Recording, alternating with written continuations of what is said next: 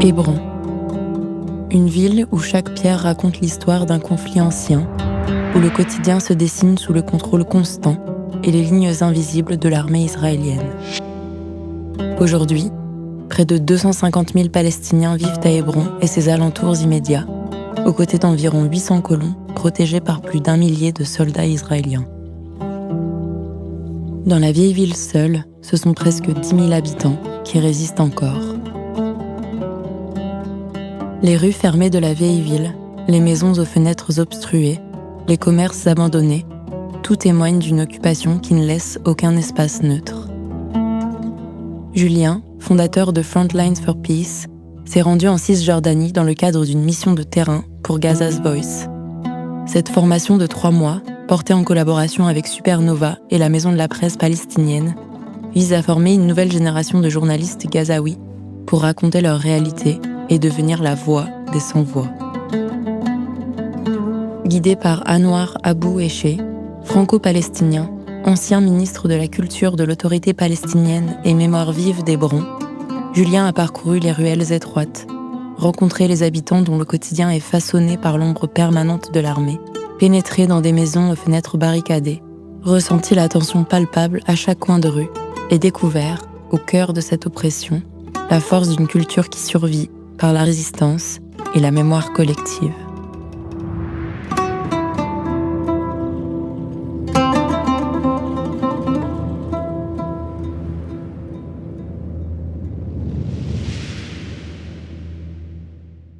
Aujourd'hui, je suis à Hébron, grande ville du sud de la Cisjordanie, en plein cœur de la Palestine. Nous allons passer la journée avec Anwar Abou Eché, qui va nous faire découvrir Hébron, son histoire, sa richesse architecturale, ses gens et surtout la colonisation omniprésente jusqu'au cœur de la vieille ville.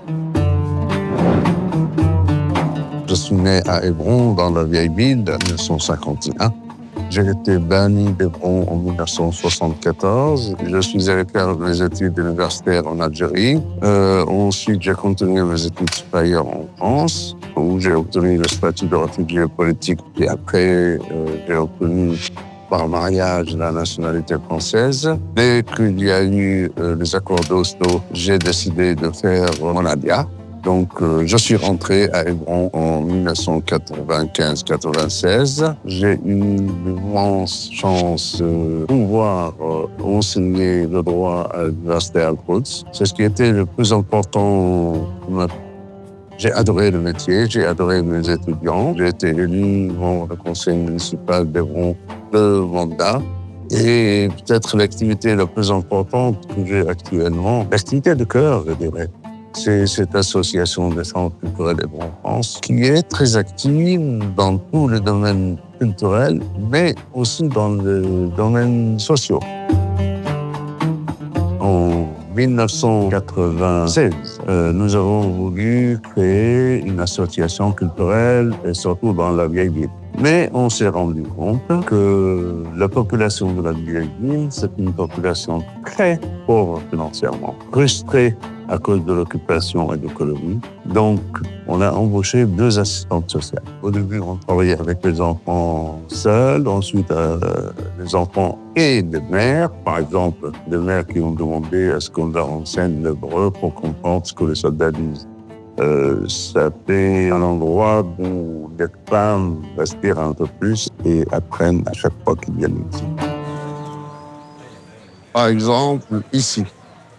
Ici, par exemple, c'est une initiative de librairie, venez voir. Sartène! C'est une soldate même de moins d'un an, une femme qui a eu envie de faire une librairie. On l'a aidée et maintenant, ça marche, quoi. Ouais.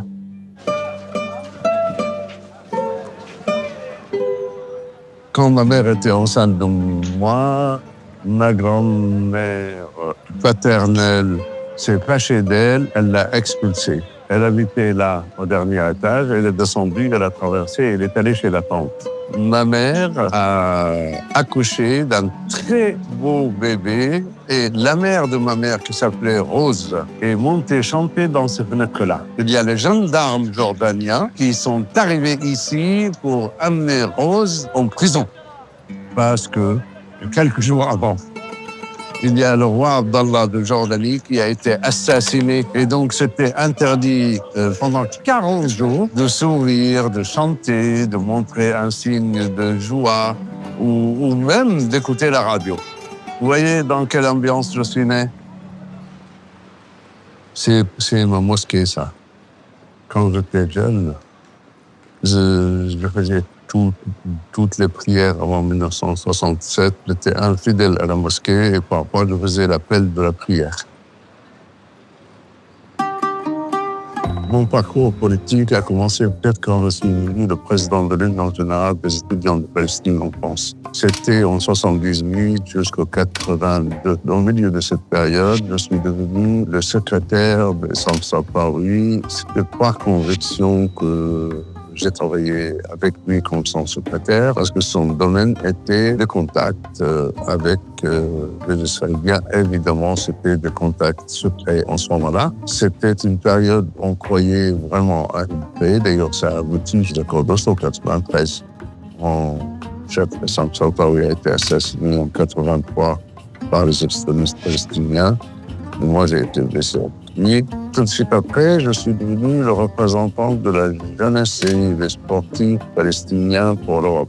Mon travail, surtout, très brièvement, était de créer des relations entre sportifs européens et sportifs palestiniens. Et donc, c'était une période aussi où j'étais en contact toujours avec des territoires occupés. Et ensuite, quand il y a eu Oslo, je suis rentré. Et c'est pendant que j'étais élu à la municipalité que j'ai été nommé ministre de la Culture. J'ai été membre aussi d'un comité de dialogue avec la société civile israélienne. Et donc, notre mission était d'aller voir les Israéliens, de leur parler, de leur expliquer ce que c'est la politique de l'OLP. Et surtout, les gens qui n'ont pas eu l'occasion de parler avec les Palestiniens, qui ne connaissent pas les Palestiniens. Bien sûr, pour une paix juste et partout et toujours, nous parlons, et c'est notre Bible, de droit international. Malheureusement, tout ce que nous avons fait a été balayé dès l'arrivée de l'extrême droite au pouvoir, il y a un peu plus que 3 ans, et surtout après le 7 octobre. Voilà, mais on reste debout parce que c'est très facilement constatable de voir que le gouvernement israélien fait tout, mais tout pour que les Palestiniens en aient marre de tout et quittent le pays. Par exemple, là, il y a une fermeture. Si on veut aller dans une maison palestinienne au-delà de la fermeture, il faut faire 7 kilomètres pour y arriver. C'est toujours une manière d'obliger les Palestiniens à contourner.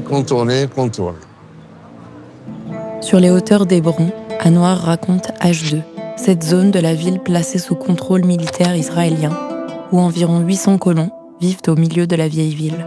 Ici, chaque rue est surveillée, chaque passage filtré. Les Palestiniens y subissent des checkpoints, des fermetures de rues, des restrictions qui rythment leur quotidien et limitent leurs déplacements.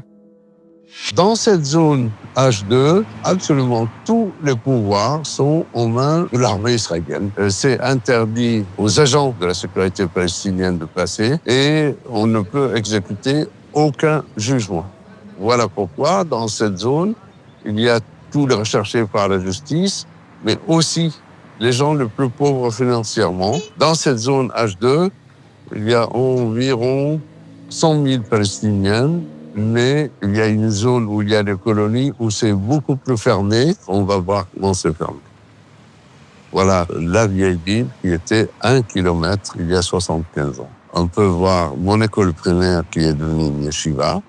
On peut voir le cimetière d'Hébron qui est entouré aussi par des colonies.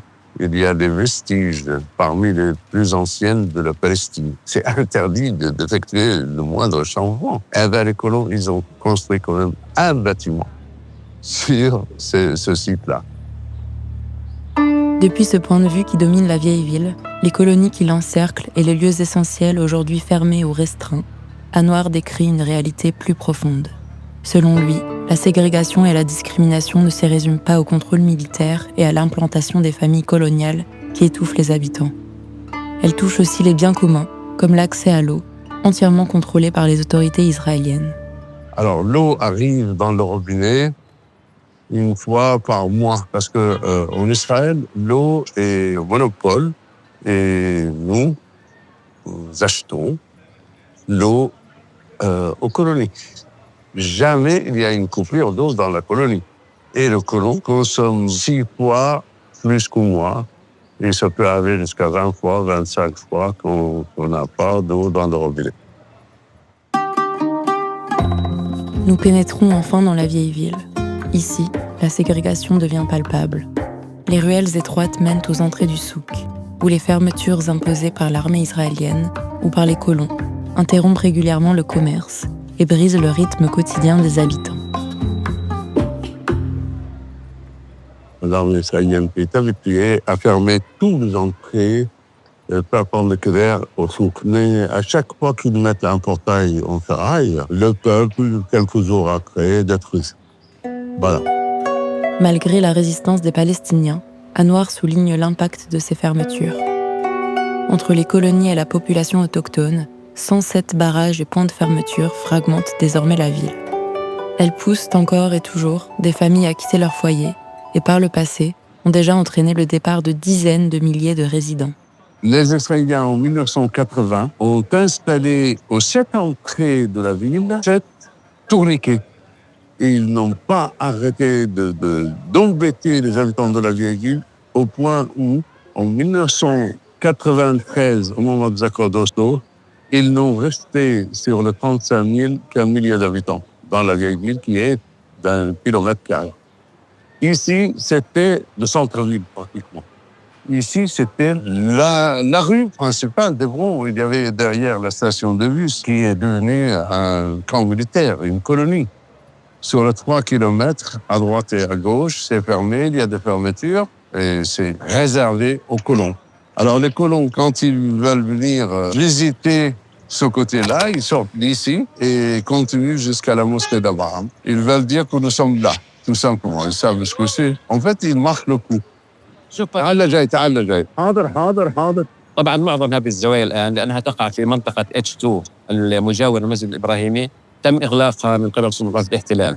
لم يتبقى من البلدة القديمة إلا حاراتها، والآن طبعا السكان بسبب المضايقات اليومية شبه اليومية من السلطات الإسرائيلية بدأ السكان بالهجرة من البلد والتوجه نحو أطراف البلدة القديمة، وهذا شيء مؤسف جدا. وأنا بتمنى على الجميع أنه يحضر هون لتقوية أواطر الصداقة والسلام والمحبة بين الشعوب. Alors, tous ces bâtiments-là, tout ça, à gauche, c'était des cabinets de médecins, d'avocats, de dentistes, de commerçants. Ça grouillait de monde. Maintenant, c'est vide, c'est vidé, c'est fermé. Voilà. À mesure que nous avançons dans la vieille ville, Anouar égrène avec émotion les traces d'un monde disparu.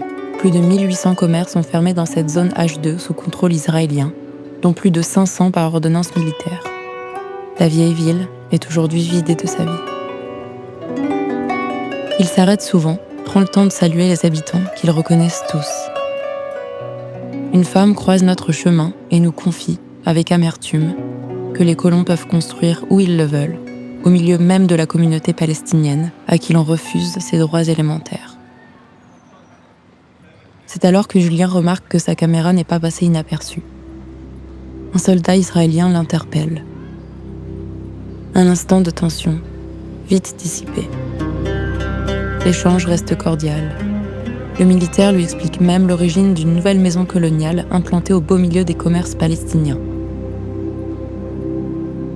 Les colons sont venus s'installer il y a 1 mois, mais là, ils sont en train de réhabiliter. Ils n'y habitent pas vraiment. Et vraiment à se demander, mais qu'est-ce qu'ils viennent faire ici? Qu'est-ce qu'ils viennent faire ici? Ils ont tellement d'espace ailleurs. Et donc, bientôt, il y aura des colons qui habitent ici. Voilà. Face à cette réalité qui se déploie sous nos yeux, plusieurs questions nous taraudent. Mais qui sont ces colons? Qu'est-ce qui les pousse à venir s'installer ici? Et d'où viennent-ils? Il y a des Français, évidemment, des Américains, et surtout les gens d'ex-pays de l'Est, souvent des colons qui sont là pour des raisons économiques. Parce que l'État subventionne la colonisation et c'est beaucoup moins cher qu'en Israël. Maintenant, les colons qui sont ici, dans la vieille ville, c'est la crème des crèmes des colons qui se considèrent comme pionniers à la colonisation et qui sont vraiment l'extrémisme même.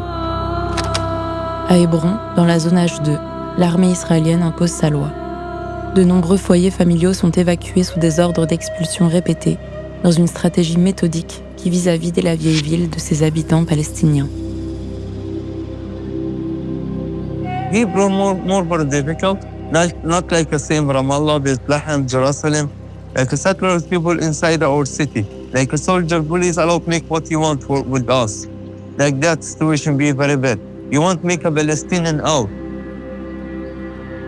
Chaque Palestinien, quand il a une ordonnance militaire pour confisquer sa terre, ou fermer sa maison, ou l'expulser de chez lui, il s'adresse en général à la Cour suprême. Ça coûte très cher. Ça commence par $10,000.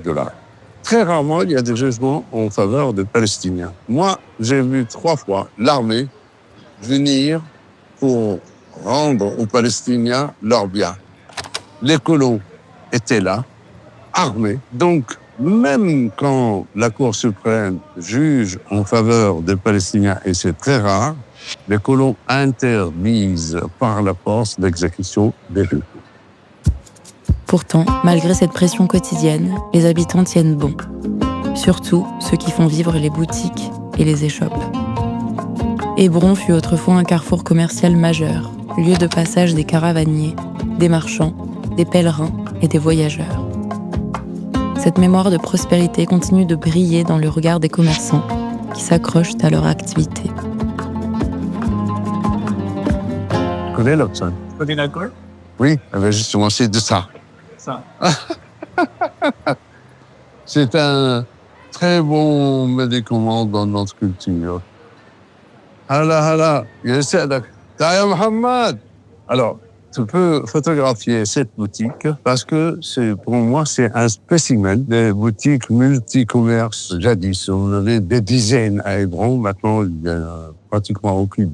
This building is very old, belong to Al-Mamluk era. Al-Mamluk is 850 years old. And also, we have this press or mill from the Ottoman time, the Turkish time here in Hebron. Also, Hebron is famous for a blow glass. This type of glass, we color it by hand in Gaza Strip. We blow the glass here, then we send it to Gaza to do the coloring by. But this is what left before the war.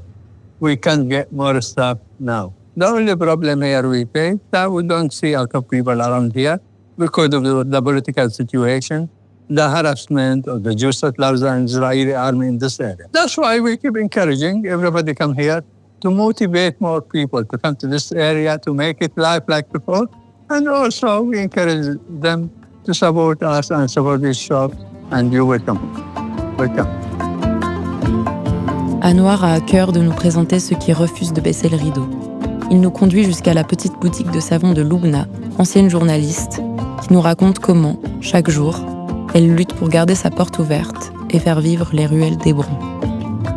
Hebron city is very nice. The old city is very, very nice, and it is very old. All people are kind.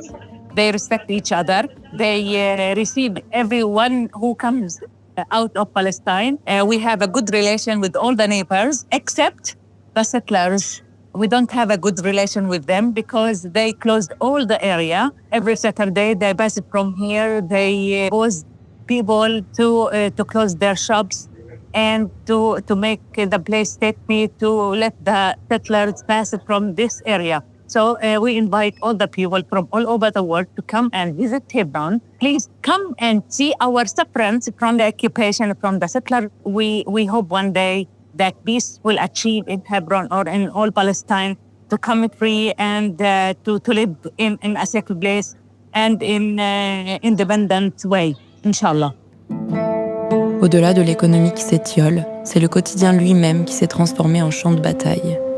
Anouar nous entraîne plus loin dans les ruelles là où les filets de protection tendus au-dessus de nos têtes racontent une autre histoire, celle d'une violence ordinaire installée dans chaque recoin de la vieille ville. C'est une colonie. Les dames colonnes et les colons jettent leurs saletés, leurs détritus là. Et aussi, les dames colonnes ici adorent jeter les os usés sur les gens qui passent. Regarde, ici, il y a des os usés. Souvent, j'ai croisé les enfants des colons, notamment le samedi, quand ils passent par là, ils jettent des pierres. Et une fois, j'étais avec le consul général de France à Jérusalem et sa famille. Et les enfants de colons, ils nous ont agressés en passant. On était là. Ils agressent tout le monde. Ils traversent, ils montent sur le toit et ils jettent des pierres sur les passants de l'autre rue. Agressivité permanente que je peux dire, moi. Évidemment, en face de la colonie, c'est interdit d'habiter pour les Palestiniens. Donc, vous voyez, ça tombe en ruine quand c'est pas habité. That's why they closed the shop, because the settlement living here. You see this here, they closed it because settlers, you throw garbage or stones. This here settlers, behind you settlers, here settlers, behind my house there's all settlers. You see how into my house, they close here, well, that not open nothing. So here you see open a little bit. Anouar se souvient. Il raconte ces moments où les colons ont tenté de s'emparer de maisons, de commerces, de terrains. Parfois, les habitants ont tenu bon, parvenant à repousser l'assaut. Les colons, ils descendaient de la colonie par derrière dans les boutiques pour essayer de les occuper. Et c'est arrivé dans cette boutique-là aussi. Les colons sont descendus par derrière pour casser la boutique et pour l'occuper. Et puis, il a mis du béton et il l'a sauvé comme ça. Ici, c'était une école pour les enfants de réfugiés. Maintenant, c'est une colonie avec un musée sur le massacre des Juifs à Hébron en 1929, où c'est dit, parce que je l'ai visité, j'ai eu l'occasion de visiter, c'est dit que 67 Juifs ont été assassinés, sauvagement assassinés, je peux dire, et ils ne parlent pas, malheureusement, de milliers de Juifs qui ont été sauvés par les habitants d'Hébron. Voilà, par beaucoup de familles. Regarde. Ici, H1. Ici, H2. Tu vois, au début, quand il y avait des affrontements et des Palestiniens qui jettent des pierres contre l'armée israélienne, ils étaient là. Et l'armée restait là. C'était toujours plein de pierres, de grenades lacrymogènes et tout ce qu'on veut. Mais petit à petit, le peuple a gagné. Ça avait une résistance quand même civile, quoi. Douce. Une résistance douce. Voilà.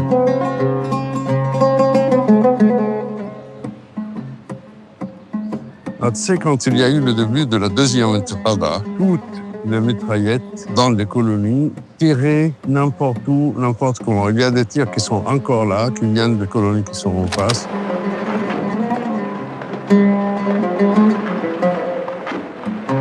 Ces façades criblées de balles racontent l'histoire récente, celle d'une violence quotidienne. Mais derrière ces cicatrices, Anouar nous invite à regarder plus loin. Une histoire de passage, de rencontres et de richesses aujourd'hui oubliées. Alors ici, c'est une caravansérail. Ici, il y avait la restauration. Là, il y avait les gardiens. En face, il y a les chambres d'hôtes, il y a la mosquée. Hébron, c'était une ville de passage. Il y avait la caravane qui venait d'Istanbul, Damas, Jérusalem, Hébron, Beersheba, Gaza, le Caire, et vice-versa. Mais en 1948, il y a eu la création d'Israël. Donc, Hébron est devenu un cul-de-sac. Il n'y a aucune famille qui ne vient pas d'Hébron qui s'est installée à Hébron. Alors qu'avant, on sait que telle famille et telle famille ne sont pas originaires d'Hébron, ils sont venus de l'extérieur. Et c'est presque la moitié des gens d'Hébron actuellement. Et c'est pour ça que je dis que Hébron est pratiquement la ville la plus conservatrice au Proche-Orient. Parce qu'il n'y a pas de passage. Et on est enfermé. On est isolé plutôt. Et c'est fini maintenant, c'est derrière. alors que c'était prospère. C'est en 2007, nous avons voulu faire déclarer Hébron patrimoine universel de l'humanité. Et nous avons commencé à travailler sur le dossier. Et pour faire reconnaître un endroit comme patrimoine universel de l'humanité, il faut que ça ait une particularité qui n'existe pas ailleurs. Et donc, à Hébron, on a trouvé ce qu'on appelle le Hosh. C'est ça, un Hosh. Et ce n'est qu'en 2017 que nous avons obtenu Hébron, patrimoine universel de l'humanité, et Hébron, patrimoine universel de l'humanité, en danger. Parce que c'est un patrimoine en danger à cause de la colonisation. Ce sont mes amours, ahbabi. Sans ahbabi. Donc c'était surtout une architecture défensive. Tu vois, ici, il y a une sortie par là, une sortie par là, des gens qui sortent de l'autre côté, parce que bon, il y avait des guerres. Hein. On peut échapper aux attaquants. Mais même avec l'armée israélienne, hein, quand il y avait des gens qui jetaient des pierres et qui entrent dans un house comme ça, les soldats ne pouvaient pas savoir par où ils sont sortis. La vie ici est infernale, c'est vrai, mais ce n'est pas encore impossible à vivre. Actuellement, pour moi, personnellement, surtout à travers les activités de l'Association des centres culturels d'Hébron en France, on essaye d'aider les enfants à s'exprimer par le dessin. Et aussi, on a des expositions des gens de la culture en permanence. Nous avons actuellement une production culturelle, que ce soit en matière de cinéma, ou de peinture, ou de photos, de poésie, ou de romans. C'est la productivité culturelle palestinienne n'était jamais aussi dense dans tous les domaines culturels. Et je crois que les gens de la culture vont favoriser l'arrivée d'une solution politique basée sur le droit international. Je refuse d'être pessimiste. Sinon, je ne pourrais pas vivre. Anouar est optimiste. Lorsque Julien lui demande ce que nous, visiteurs et témoins, pouvons faire pour Hébron et sa population, il répond sans hésiter. D'abord et avant tout, venez nous voir, passez une journée avec nous. Vous connaissez la situation sur place, vous comprendrez mieux. Et puis, après, surtout, parlez de la Palestine partout, tout le temps. Parlez de la Palestine. Demandez justice, interpellez vos élus, parlez avec les journalistes. Le plus grand danger qui guette la côte palestinienne, c'est qu'on retourne à une situation comme avant le 7 octobre. Malheureusement, avant le 7 octobre, on ne parlait plus de la Palestine. Hein. Et là, si on ne parle plus de la côte palestinienne, c'est grave. Ça pousse beaucoup de monde à la violence, pour s'exprimer. Et bien sûr, dans tous les domaines d'activité, vous pouvez subventionner ce que vous voulez. Ça va de soutien scolaire, enseignement de français, voilà. Et surtout venir nous voir, nous aimerons recevoir.